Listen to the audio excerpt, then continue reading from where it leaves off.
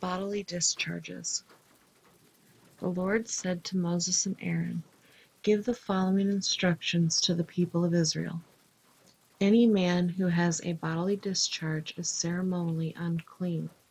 This defilement is caused by his discharge, whether the discharge continues or stops.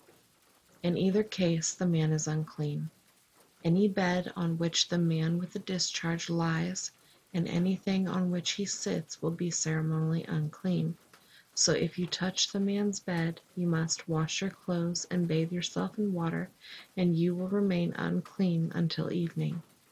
If you sit where the man with the discharge has sat, you must wash your clothes and bathe yourself in water, and you will remain unclean until evening. If you touch the man with the discharge, you must wash your clothes and bathe yourself in water, and you will remain unclean until evening. If the man spits on you, you must wash your clothes and bathe yourself in water, and you will remain unclean until evening. Any saddle blanket on which the man rides will be ceremonially unclean. If you touch anything that was under the man, you will be unclean until evening. You must wash your clothes and bathe yourself in water, and you will remain unclean until evening. If the man touches you without first rinsing his hands, you must wash your clothes and bathe yourself in water, and you will remain unclean until evening. Any clay pot the man touches must be broken, and any wooden utensil he touches must be rinsed with water.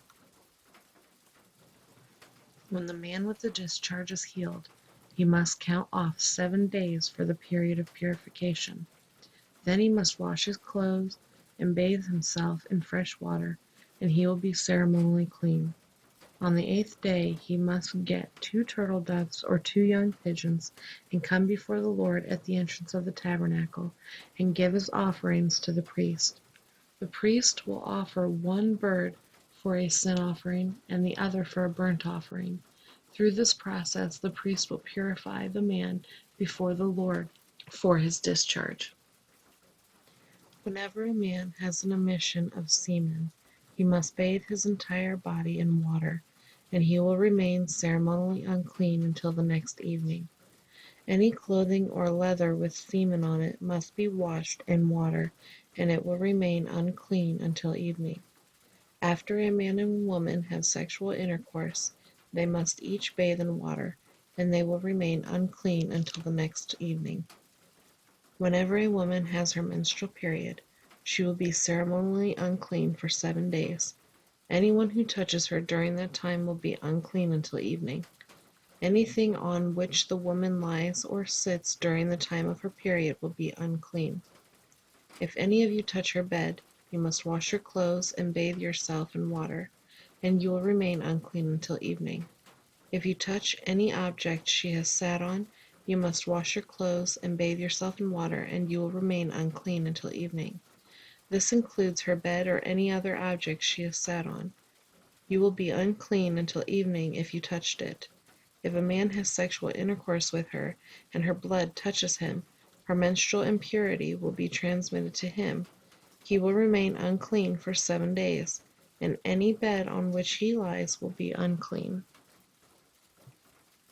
If a woman has a flow of blood for many days that is unrelated to her menstrual period, or if the blood continues beyond the normal period, she is ceremonially unclean. As during her menstrual period, the woman will be unclean as long as the discharge continues. Any bed she lies on and any object she sits on during the time will be unclean, just as during her normal menstrual period. If any of you touch these things, you will be ceremonially unclean. You must wash your clothes and bathe yourself in water, and you will remain unclean until evening. When the woman's bleeding stops, she must count off 7 days. Then she will be ceremonially clean. On the 8th day she must bring 2 turtle doves or 2 young pigeons and present them to the priest at the entrance of the tabernacle. The priest will offer one for a sin offering and the other for a burnt offering. Through this process, the priest will purify her before the Lord for the ceremonial impurity caused by her bleeding. This is how you will guard the people of Israel from ceremonial uncleanness. Otherwise they would die, for their impurity would defile my tabernacle that stands among them. These are the instructions for dealing with any one who has a bodily discharge, a man who is unclean because of an emission of semen, or a woman during her menstrual period. It applies to any man or woman who has a bodily discharge, and to a man who has sexual intercourse with a woman who is ceremonially unclean.